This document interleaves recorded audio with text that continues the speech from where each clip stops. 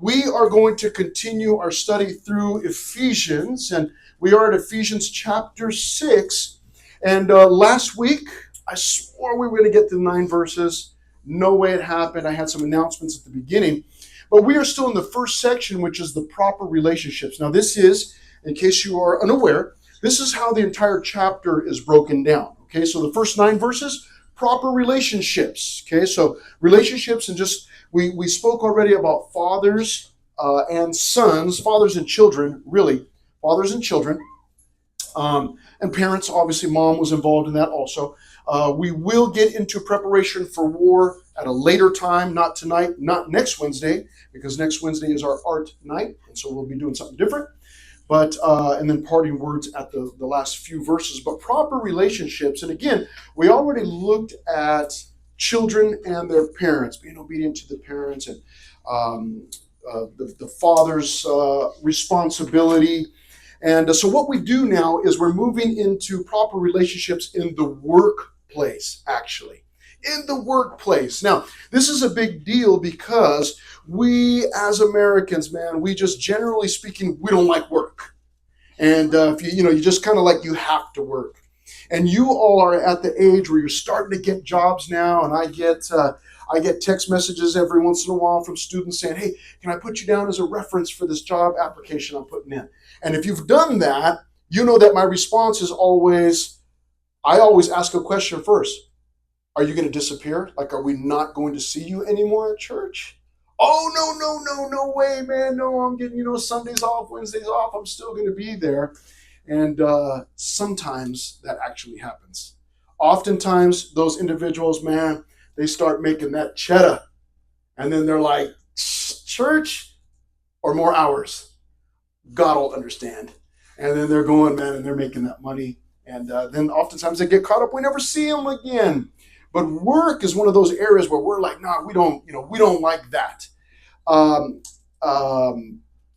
So what Paul does is he gives some instructions. Now, his instructions are for bondservants and their masters. And we'll get to that in just a minute. But as far as our group is concerned and the application that we're looking for, we're looking for the work world. And we'll see that here as we get into this. But he says in verse 5, he says bondservants. Now let's stop there for just a moment. What is he talking about, bondservants?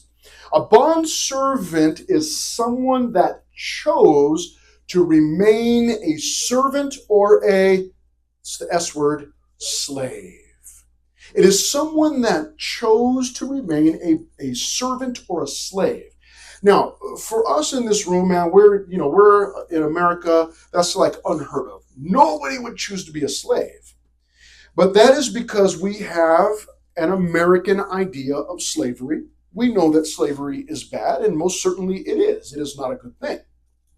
But you must understand, and I don't have a whole bunch of time, but I need to take a moment to say this, that slavery in many cases was much different in the ancient world. And in fact, oftentimes, the servants or slaves were even treated very well. Now, here in America, we had slavery, and sometimes the slaves were treated very well, but largely we know that they were mistreated, obviously. They were not given any rights. It was very hard for them to gain their freedom and to gain their rights. Whereas in the ancient world, the servants or the slaves, they were considered property. Make no mistake about it.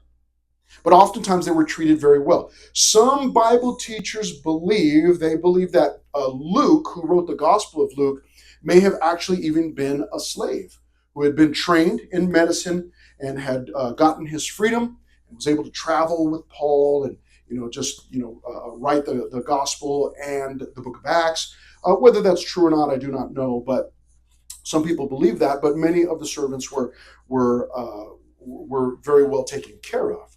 Now, this topic of slavery, this is what we call a hot button issue or a hot topic, okay? Because this is one of the many topics in the Bible that critics of the Bible will often point out, among other things, but they will choose this one to say, well, the Bible promotes slavery.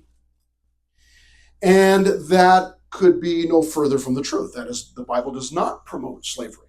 Now, you and I have been studying. If you come on Sunday mornings, you've been with me while we've been studying through some of those Old Testament books, and we are very familiar with some of those chapters or passages or verses where the Israelites, in receiving their law from Moses, from God, God gave it to Moses, Moses gave it to the people, that there were some instructions in there in dealing with servants or slaves. And so people take that and they go, well, look, right there, the Bible promotes slavery. No, the Bible doesn't say that slavery is a good thing.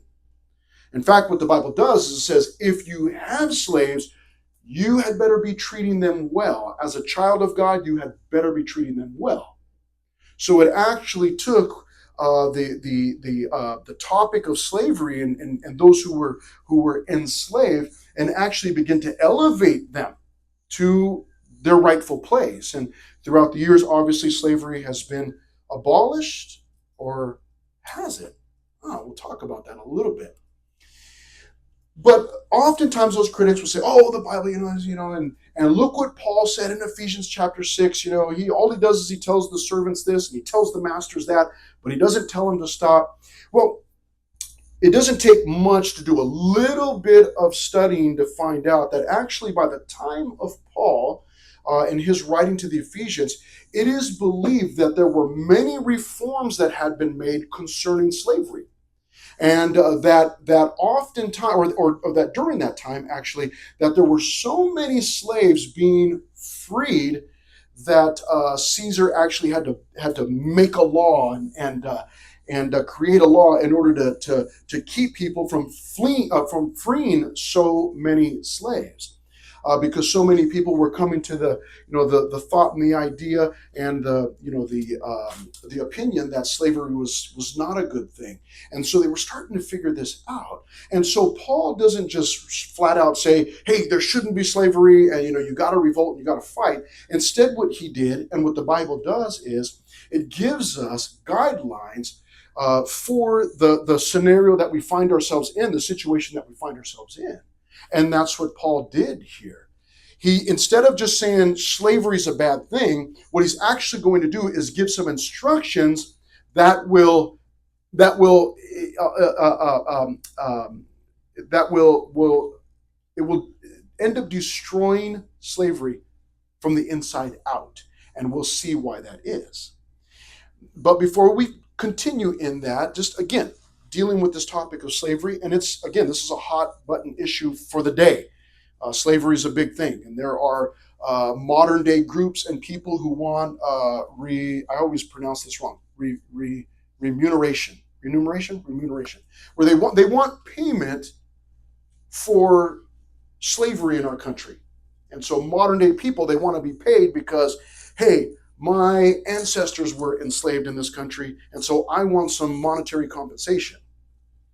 And so there's always, there's been a big argument about that. And it's always been a topic, obviously. But over the last few years, it seems to have, heightened in that idea of slavery. And many believe that it's still going on. In fact, it is still going on.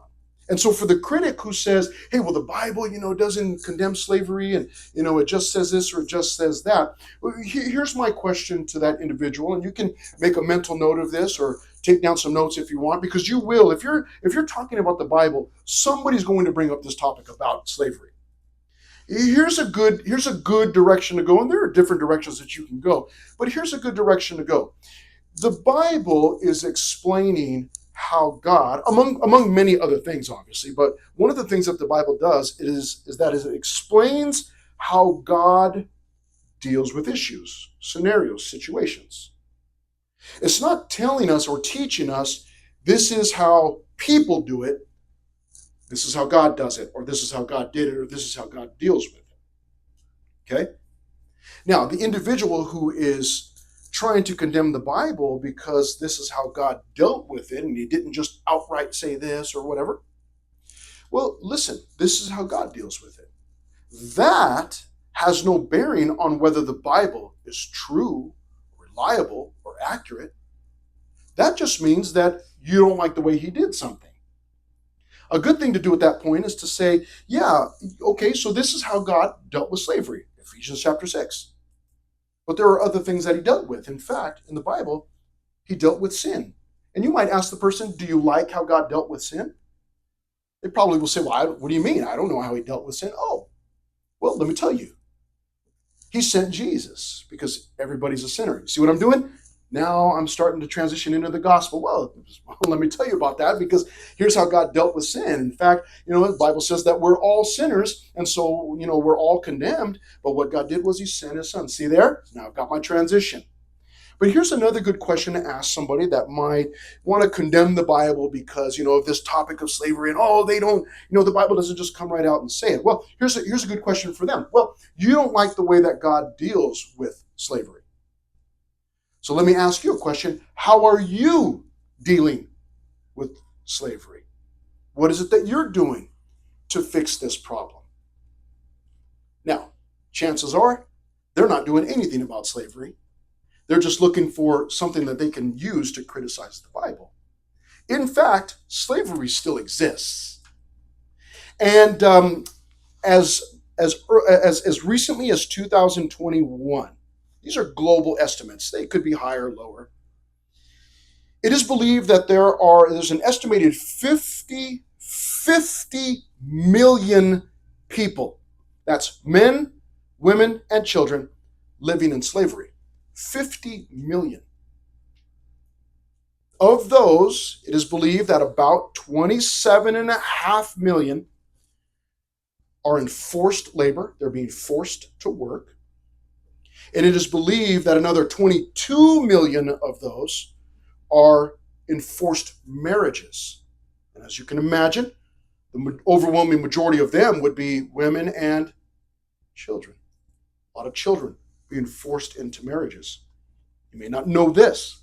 The top 10 countries that are believed to have the highest rates of slavery.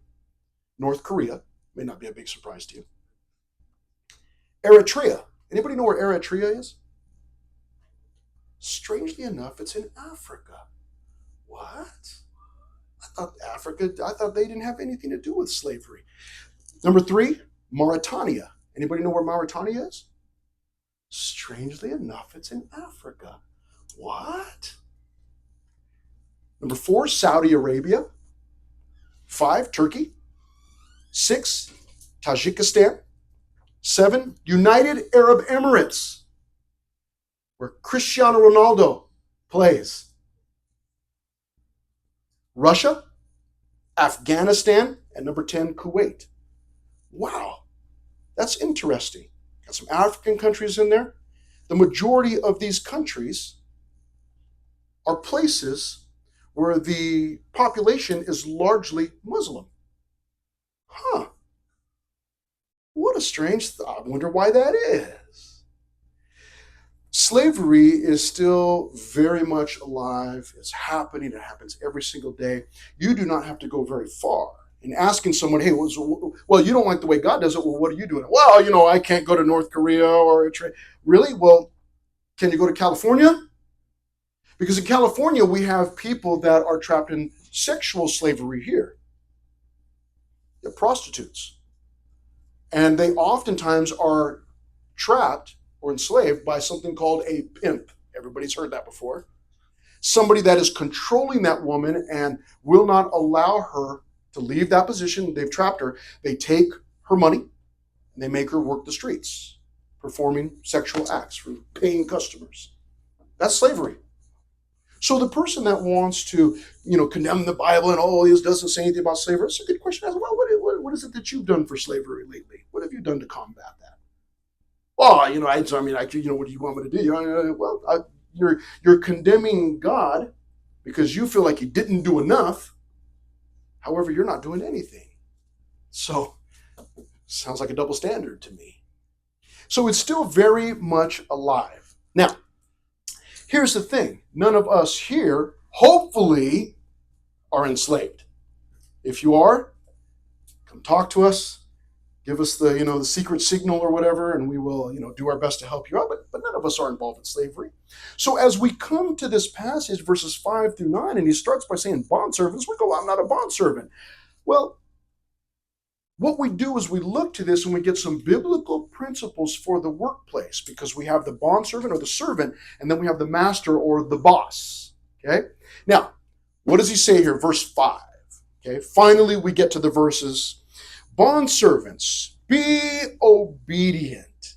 Now, he's only got one, the bondservant only has one thing. Okay, now again, I told you we're looking at, these are employees. Okay, so these would be the employees of the bondservants. As we're gaining some practical application for us here in SoCal 2024, we're looking at this from the viewpoint of an employee. What should I do? I should, number one, and it really is only one job, it is obey. In other words, whatever the boss tells you to do that. Just obey. Everybody knows what obedience is. We don't have to go into a big explanation. We know what it means to obey. You're told to do something, do it. You're asked to do something, you do it. You're expected to do something, do it. Now, what Paul does, now this is fascinating, because what Paul does is he tells the bondservants, the slaves, he says, here's what I want you to do. I want you to be obedient. That's mind-blowing to us. We go, wait, all he's doing is telling the slaves to be obedient? That sounds like he's probably a slave master himself. No. Understand that he is approaching this from a Christian worldview, a biblical worldview, a godly worldview. And if you want to change something, the best way to change it is from the inside out. And so that's what he does. He says, bondservants, be obedient. He goes on to say to who? To those who are your masters according to the flesh. In other words, they're masters, they're owners. And then he tells them how. He says you're to be obedient to your masters, number one, with fear and trembling. What I summed that up and I said with respect. That's what that means, fear and trembling. Fear and trembling can mean actual fear. You're afraid of your master. Oh my gosh. But what it really means is that you're to treat them with respect. You're to be obedient, and you're to be obedient respectfully. Be obedient respectfully. Because you can be obedient disrespectfully. That's possible. You're obedient to their face. We'll get into that in just a moment. It's like, I'm going to be, oh, yes, sir, yes, ma'am, sure, you got it. And then as soon as they turn their back, I'm not doing that, whatever, whatever. And I'm not mopping the floor. I'm not cleaning the bathroom, whatever. We're to be obedient. Employees are to be obedient with respect. Now, I'm learning, because there's application for me here. I've got a boss. Now, we call him pastor, but he is my boss. I've got a job here, and he's my boss. And whatever he tells me to do or asks me to do, I'm responsible for being obedient and doing so respectfully. To do it respectfully. And then he says, also in verse 5, with sincerity, or you might say sincerely, with sincerity of heart. Now, this is an interesting word, sincerity. It means, the word actually means without wax. Without wax. Do it without wax? What does that even mean? What it means is, when you went to the marketplace at that time and you were going to buy a vase or some form of pottery, statue, maybe even an idol, the Christians wouldn't be buying that, but people would go and they'd buy those things. Well, at that time, if they dropped that piece of pottery and it broke or it cracked, what the person making it, the seller, would do was make a mixture, a compound of some of the powder, the ceramic, the powder, and then some wax. Mix that together, make kind of like a glue or a putty, and would put that, cover up as best he or she could, and do their best to disguise the damaged pottery. And so what you could do if you were going into the marketplace and you needed a new container for your homemade tortillas, watch out. And you were buying a pot and you wanted to see if it was, is this thing damaged? Oh, no, it's not damaged, You could hold it up to the light and see if there were any light spots, see if there was any wax mixed in there that would indicate damaged pottery. And then you could say, well, I don't want it, or hey, It's damaged, give it to me for cheaper, whatever. But the idea is here that when you are being obedient to the boss, that you should do so with respect and with sincerity, without wax. In other words, don't be phony. Don't be fake. You just do it and be sincere about it as you do it. Now, the next thing is we find out. Now, let me mention this real quickly at the end of verse 5 as to Christ. In other words, you want to be obedient just like you were being like if you walked into your job at the Krabby Patty or wherever you work, and you walk in and your boss is Jesus, and Jesus is there. And he's like, hey, I need you to mop the floor. I need you to do these other things. You would just be like, oh, yep, yes, sir. I'm on it. Here we go. And you'd be working your heart out. He says you want to be obedient the same way. Okay. So respectfully, sincerely, consistently, he says in verse 6. Verse 6, not with eye service as men pleasers. What does he mean by that? Not with eye service. Eye service means that I'm going to work really hard while the boss is watching. And as soon as the boss goes, hey, I got a phone call, and he or she steps outside, I'm not doing nothing, man. I'm not cleaning, I'm not mopping, I'm not, whatever, I don't care. I'm not cooking fries, I'm not cleaning, I'm not whatever. It means that's the individual who is serving with eye service means they're doing it when someone's watching. And when someone's not watching, they're kicking back. It's vacation time. He says, not with eye service as men pleasers. Men pleasers. In other words, you're only doing it to please people. So do it with consistency. Do it consistently, whether the boss is watching or isn't watching. Why? Because who's watching? That's right, the Lord. The Lord is watching. He says, not with eye service in verse 6 as men pleasers, but, here's the contrast, as bond servants of Christ, doing the will of God from the heart. So I'm not actually serving the boss. I am serving the boss. That's true. But I'm serving the boss because I am serving Jesus. And I'm serving Jesus, but the boss is in line there. And so the boss is going to get served also as I'm serving Jesus.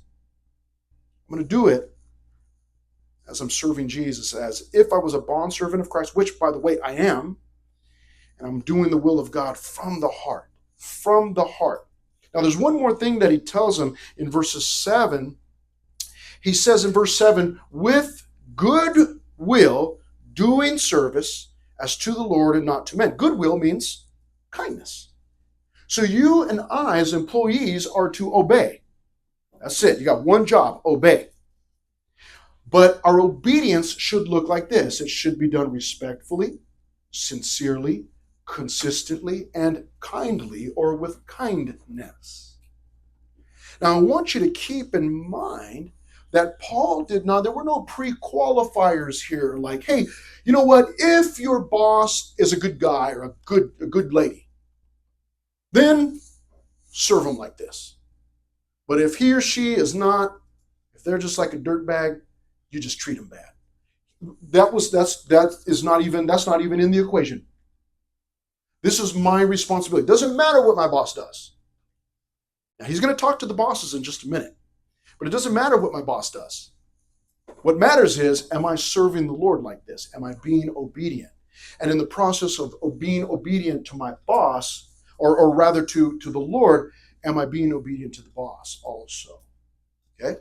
Now, he goes on to say in verse 8, knowing that whatever good anyone does, he will receive, that person, whoever does the good, will receive the same from the Lord, whether he is a slave or free. Now, this is a trip. He's telling the slaves, you got to be obedient. What? Why didn't he tell them to, run away or, go, take the underground train, escape, whatever, No, stay where you're at, be obedient. He's attacking slavery from the inside. He's saying you got to have the right heart. You got to have the right attitude. You're in that situation right now. You got to be the best that you can while you're there. You got to serve the Lord. Now, what he does now is beginning at, well, actually, I was going to say beginning at verse 9. It's only verse 9. And that is that he talks to the employers. In this case, he's talking to the masters. As we're looking for application, we're going, well, I'm not a slave and I don't have a master, but I am an employee and I do have an employer. Verse 9 says, and you masters. So now he's got a word for the masters. Now, this is an incredible thought.